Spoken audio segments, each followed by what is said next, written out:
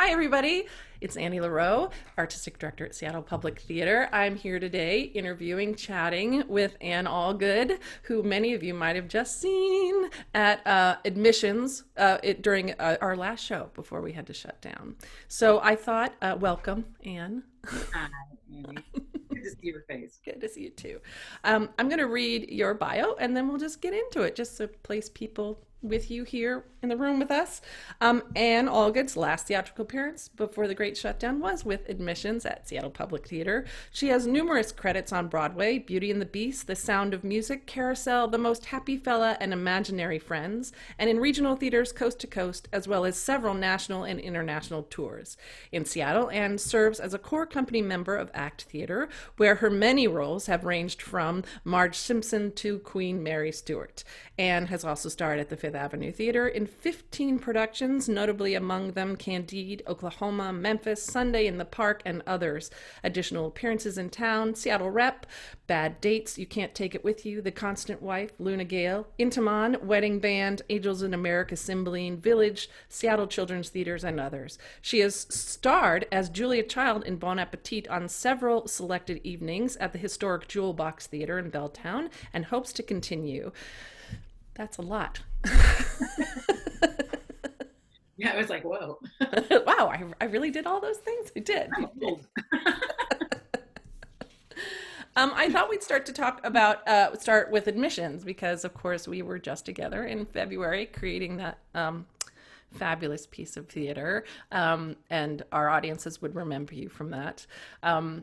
So I just let's look back and talk about that process. It Yeah, was an interesting one. it started in January, I think, right Yep. after the new year, January 2nd or 3rd. And um, I was thinking about, just when you said just now, I teared up a little bit. I was like, wow, that was the last show I did. Yeah. Um, so I'm going to try not to do that. But I remember vividly that rehearsal room. One of the things that I really loved and felt was a novelty for me in a way was that it was the first time in a while where every single person in that room was new, a new face and new energy to me. I didn't know anybody, Hmm. and so that getting acquainted quickly and deeply was really rewarding.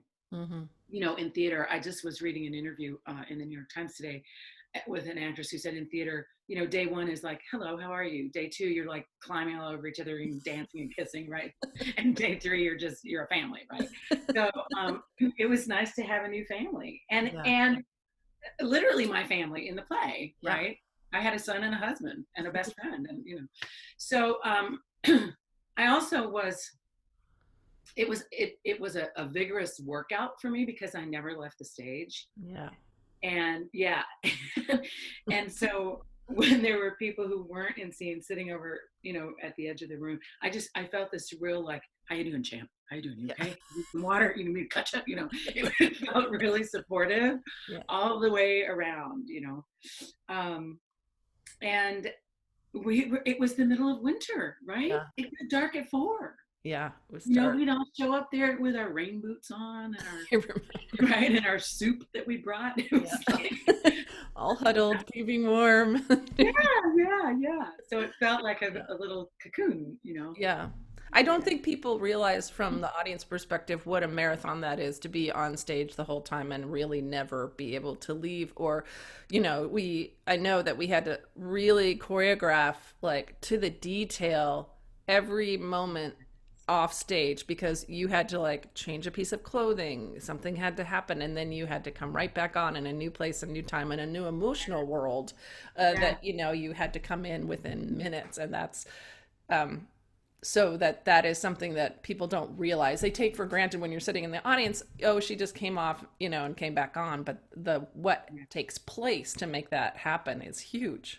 Yeah. It was something. And I remember when, as we began to put costume pieces, it's like, and okay, so now it's springtime, so now I'm wearing that little sweater, and and put the bedroom shoes on and take off the loafers, and so that became like a ritual for me where I could decompress and then re-engage, Hmm. and I could breathe.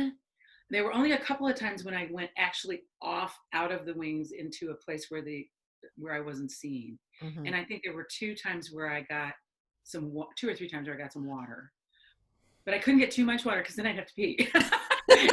You Do can't that. do that. And they were like really wonderful moments. You had such a great you and your sound designer had such great playlists, right? For Yeah. all of those transitions. And Yeah. there were really fun choreography moments where didn't my husband Bill like slam the refrigerator door right on a right in the Right middle? on a beat of Yeah. music and the lights changed. Yeah, we had fun with Yeah. we had fun with those transitions because we were also trying to buy I was trying to buy you time, and then everyone was also having to move and change and we have to get you to your loafers and get you to the table that changed Yeah. from your desk to the kitchen table and all those things were really specific, you know. They were, but I remember loving what your vision for that is that the life of this family continues and Yeah. something's always happening on stage. Some relationships are still going on, Yeah. uh, mood shifts are still going on, and can we talk about that set too? Oh, Christopher That set, Muma's set was unbelievable. Yeah. I wanted to live in that house. It was so great, and we did all the wine and the cheese and the crackers and the grapes and we cooked meals practically in there without actually cooking any Yeah. meals. We had a refrigerator that didn't actually keep anything cold. I had to chop tomatoes and onions. Somebody said, Oh my God, yeah. "Why does this playwright hate actors to make you chop an onion on stage?" So funny. and oh my gosh! But it was. I mean, that set was on a shoestring, and it looked like $1,000,000. I know, it was It was amazing. He pulled it really, off in such a great way. And Dana's sound design, I mean, the oh, designers all around really, brought it and it was special. And it makes it feel even more so because you're so intimate in that space, because you really feel like you're in the living room. You feel like oh, I mean, you are basically. I mean, yeah, the front row and the yeah. audience is. Could you like not cross your legs at the ankle? I'm supposed to walk right by there. Can I? Can you? A program just dropped through the space-time continuum into my life. It's in my house now, right?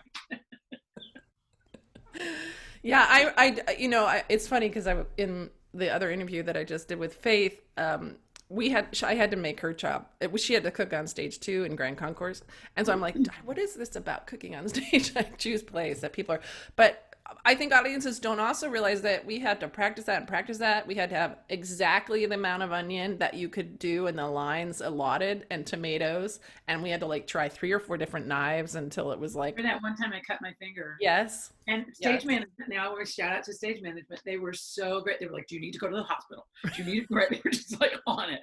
yeah. Band-aids. And I was like, it's like a hangnail. Nothing.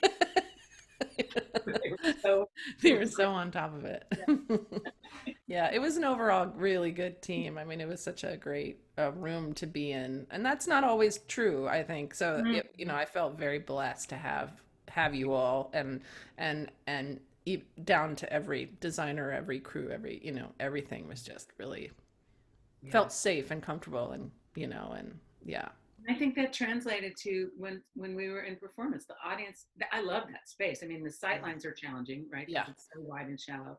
But there's nowhere to hide as an no, actor, which no, is the kind of space I came up in. My theater main stage was 150 seat thrust, which was just like, here we are. We're yeah, doing it, right? And I think the audience, you could feel them just leaning in. They knew they were sharing that space and breathing that air like we used to be able to do with us, right? yeah, And we could the reactions were so immediate and sometimes really vocal. yeah, Right, they were so engaged with that play. It was yeah, it was really really yeah. really That's a good one. That's a good. good one. Yeah.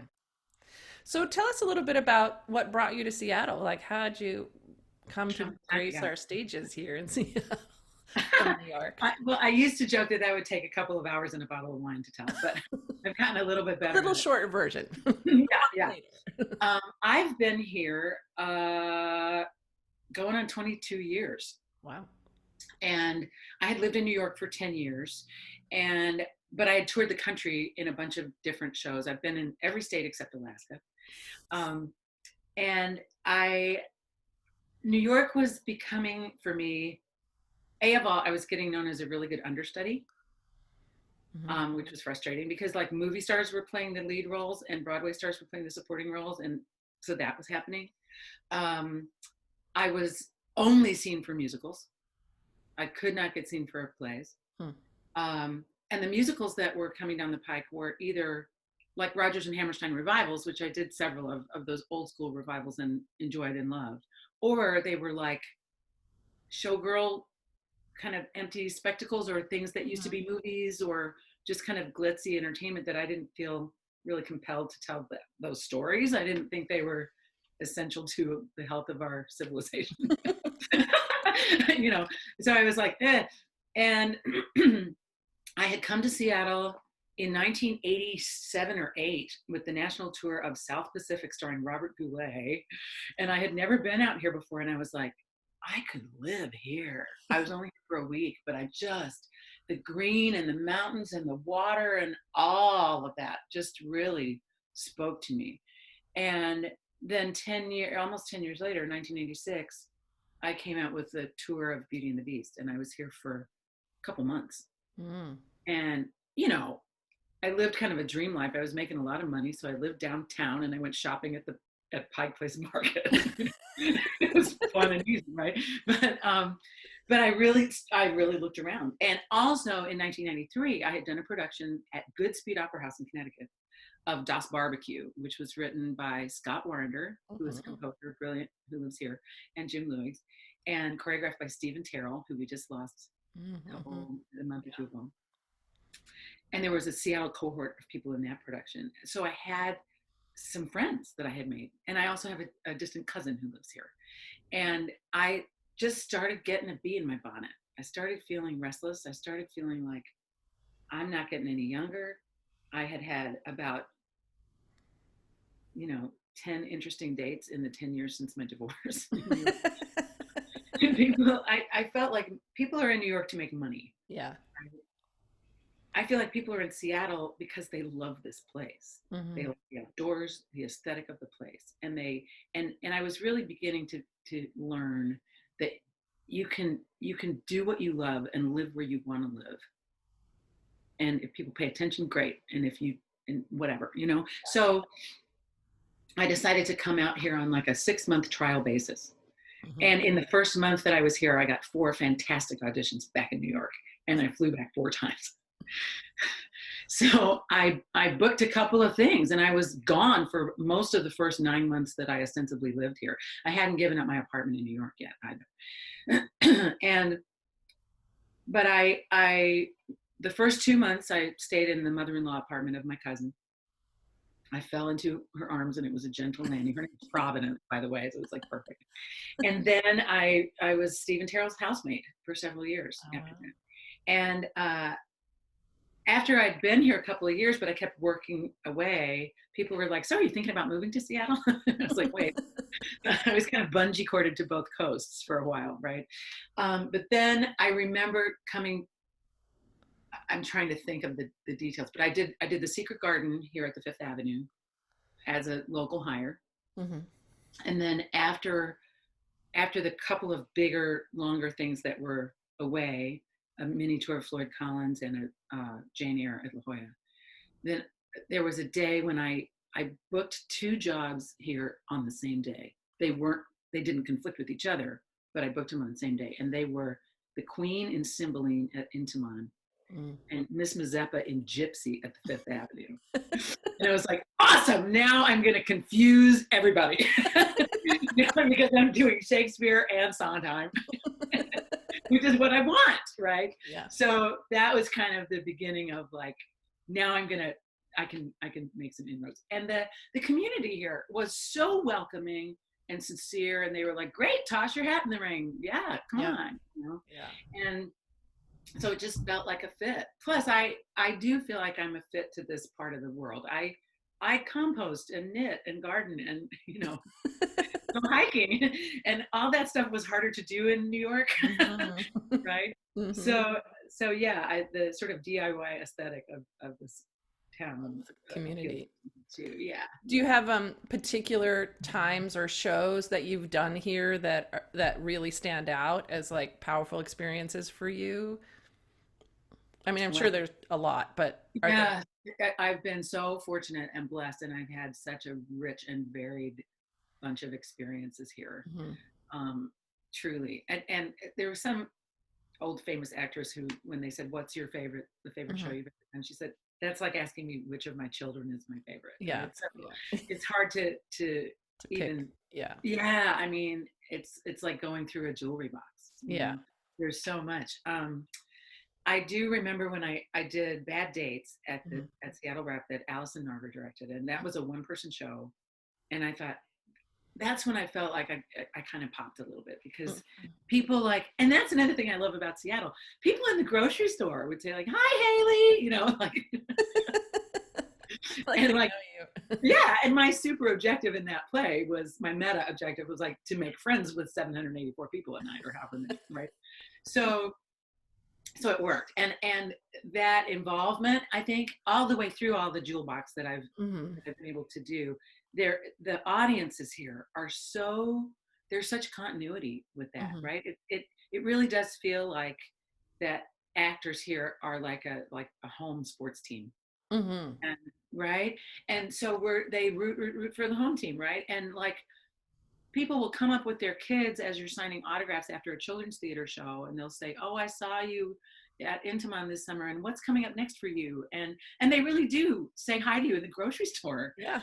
And like theater is on billboards and the sides of buses. It's really supported here so enthusiastically, and Yeah. I'm super grateful for that. Yeah, I think we're very lucky as a community that way.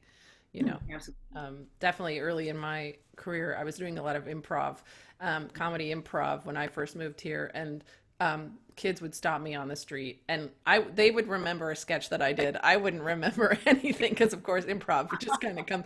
Yeah, sure, I remember. Don't have any clue what you're referring to, but they're like, "You're the one that did the thing where you played the cow," and and I was like, "Okay."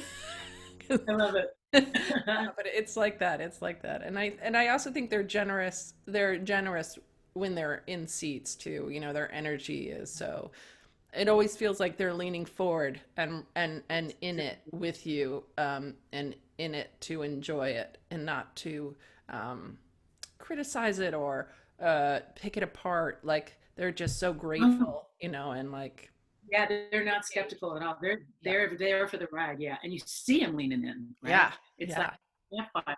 I'll Yeah, say a thing especially in that our John space, you Lang can really watch the audience. I know as a totally. director, and I'm sure, and as an actor, because you can feel the audience in our space like you can in no other space. You can Right. feel it when they like go, What?" Yeah. or, Right. or they get fidgety. All those previews, I can sit around as a director and go, when are they getting fidgety? Like, when am I losing them? Yeah. And that's a real help. Yes. So then Yes. have time You to know, fix things. Rita Giomi used to say at the Children's Theater that even when kids were engaged and leaning in, that you could still hear them growing, Yeah. like a time lapse of a plant, right? And Linda Hartzell talked about the fidget moment in Yeah. children's theater. It's usually about 40 minutes in, and Yeah. it's usually because you have to put some exposition up there. Yeah. So she's like, let's do lots of physical activity and bells and whistles at the same time that we're doing the exposition, so they'll have something to, you know. But and I'll say, that sort of lean in campfire feel. I was gonna quote John Langs, who is artistic director at Act Theater. When the shutdown happened, he said beautifully and heartbreakingly, I think, we had this beautiful campfire, and I think that goes across our community. We had a campfire that everyone leaned in and gathered around, and now it's our job to take the coals from that fire Hmm. and carry them to a place until we can, and keep them alive until we can build another fire. Absolutely. So Yeah. yeah. I definitely feel that in our community right now. All of us sort of blowing on our embers Yeah, to keep our theaters alive, and in a way we're kind of helping each other out too as a community, totally. and checking in on each other's embers. Yeah. Well, and that's, the thing I love about theater and the arts is a rising tide lifts all boats. Right. It's we're not it's not a zero sum game here. Right. We're all invested in the health of our culture, Right. and we all benefit. Yeah. Yeah. So I'm sure there's some people who will tune in and who are up and coming actors who admire your work and want to be you someday. But Or then who they I want to be their own versions of themselves and there you go. Their and authentic yeah. selves. What would you tell them now? Or what I know you teach a lot. You teach a lot of voice and other things, so you might already have things that you tell your students, but things during this time or just in general when they get a chance to get back on stage. I mean, what might you tell them? Well, during this time is rough because I haven't. I have a few students that I'm teaching over Zoom, but they're adults. You know, they're not at a different. They're at a different place in their Yeah. careers and priorities. But but to that end, they are continuing the work, right? And Hmm. I think um, this is like uh, it's a lifetime of work. We're going to be students of life and of behavior for our whole lives long, Hmm. right? This is not something that you go, okay, now I'm done learning, right? Hmm. Hopefully not, because that's what keeps it fun. You just Right. keep learning the whole. So keep availing yourself of opportunities to learn. Push outside your zone. Read, watch other actors, pick people's brains, and the other thing I say to young artists is craft a mission statement for Mm. yourself, for yourself, your career, your art, your life. You're an entrepreneur, right? You're running a business, but it's more than that. It's a mission statement, right? Hmm. Craft that. Why do you do this? Mm. Why do you do what Kurt Beatty called the existential imperative, right? And if you can name that and hone that and specify that, then the choices you make about the work you take and the ways in which your career unfolds will fall into place Mm. because they'll fall into that mission statement, Hmm. right? um That's great. I love that. yeah, and it can change, of course, Of right? course. I also will say your good name and your reputation is gold. Hmm. It is more important perhaps than your talent. We're all talented, but we know a lot of talented people who work everywhere once, Yeah. right? Mhm. So conduct yourselves and comport yourselves with professionalism, be on time, be kind, memorize your lines, right? Yeah.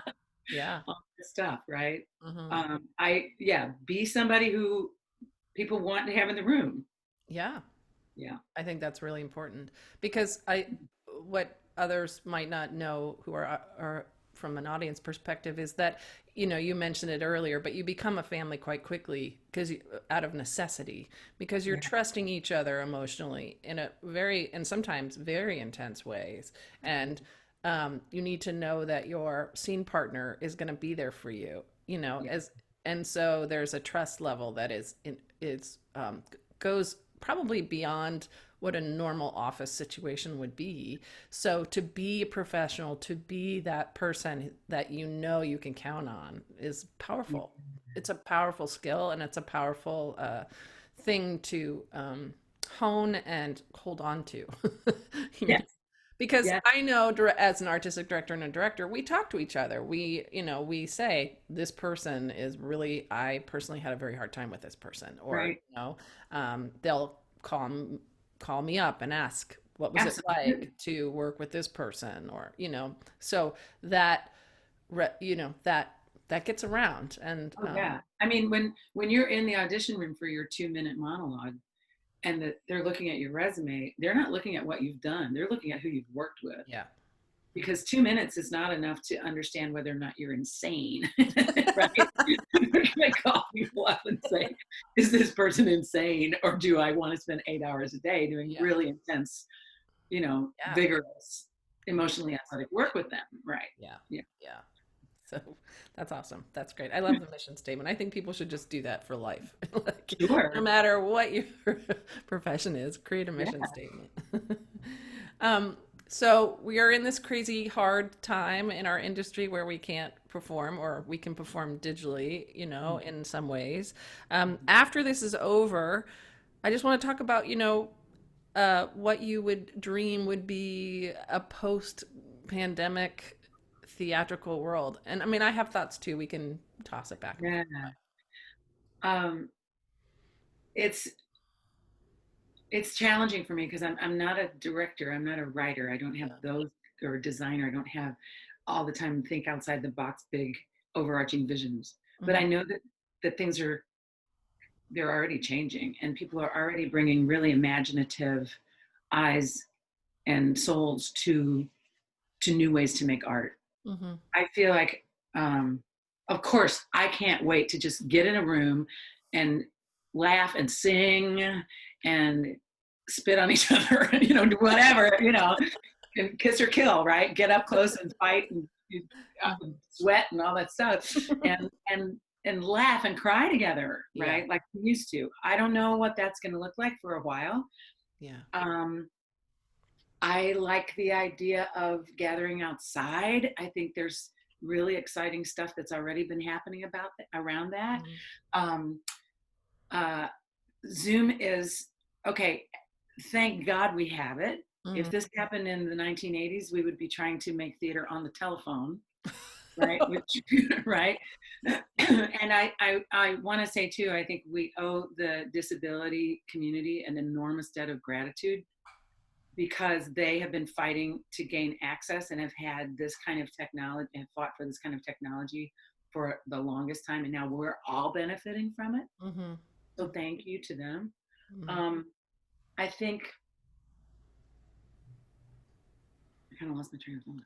Well, You I mean, I do think that there is a place for this digital world to meld somehow into the future. I mean, I think we're learning a lot, and it's clunky, of course, but it's how do we then, when we are allowed to go back into the theaters, when we are allowed to all be in the same room together, how do we keep what we've learned here online about access, about availability, about reaching a larger audience? Is there a world in which we can provide both? We can provide the option of watching a show digitally or watching a show live, and what would that look like? And of course that's complicated because there's unions involved, and very complicated, but I think that's an interesting thing to sort of hold on to and really consider, mm-hmm. as we move into the future when. Yeah, I Yeah. think I think theater has been in danger of being regarded, at any rate, as kind of a rarefied or elitist art Hmm. form. And I think I think we can, I think we already are breaking that down by having more access. I think, and as we are able to gather in person, if we can absolutely continue to grow that access and to make more and more people, more kinds of people, more different cultural paradigms welcome in those spaces, Hmm. so that so that it's a welcoming, safe space for affordable space for a Hmm. ton of people, right? And Yeah. I think that historically, out of great pain has often come great art. Hmm. And I think that there's going to be, okay, we also, I'm not talking paragraphs because I don't, but this probably happens to you every single time I've met with a small group in a backyard, or I've met on Zoom with people. The conversation inevitably comes around to, what stories are you watching? What stories are you reading? What stories, what podcasts are you listening to? What are you binging, right? Hmm. We are hardwired for stories, and Hmm. we need them, and we're going to need them more than ever. And there are Hmm. so many stories that are going to come out of these times, Yeah. and they're not all going to be doom and gloom. There was one playwright who was quoted who was like, masks are funny, right? There's some going to be comedic Yeah. stuff to mine Yeah. about quarantine and masking and social distancing and all that stuff, right? So I think I hope that there's going to be just an explosion of art, Hmm. right? And theater hasn't always like led the curve in Hmm. terms of art and society. I think visual art does that more. Theater is more of a reflection of what's happening, Hmm. but there's so much that's happening, and we're all gonna need to work through what we've been through. Hmm. Hmm. I mean, not for nothing, the ancient Greeks, theater was their therapy, right? Yeah. It was their support group, it was Hmm. their church and all of it, right? Hmm. And we as a world Hmm. have a lot we got to work through together, Yeah. Yeah. and so Yeah. we'll be here for us. Yeah. We'll be here. Yeah. And I think it will, when it comes back, and even in whatever form, I do think that it will help to heal us a variety of ways, because I do think that art has that ability, in a way. I love the who I don't know who says it, but I say it often. Especially when talking about working in our space, is that they say science shows that when you're in a room together, an audience, their heartbeat starts to regulate Yeah. to the same beat, and I think there's something really spiritually healing about that. Well, and That it teaches us empathy, yeah, and we, God knows we need as much of that as we can get right yeah, now. yeah, There's no substitute, I think, for being in the same room together. yeah. And it's like I always say theater is the original 3D. Hmm. Right? But and the original you had to be there experience, Yeah, right? And people are going to want and need that. yeah, absolutely.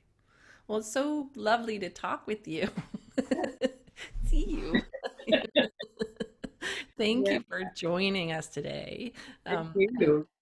for sharing your story with our patrons who love you dearly from seeing you on our stages. And I love you patrons too.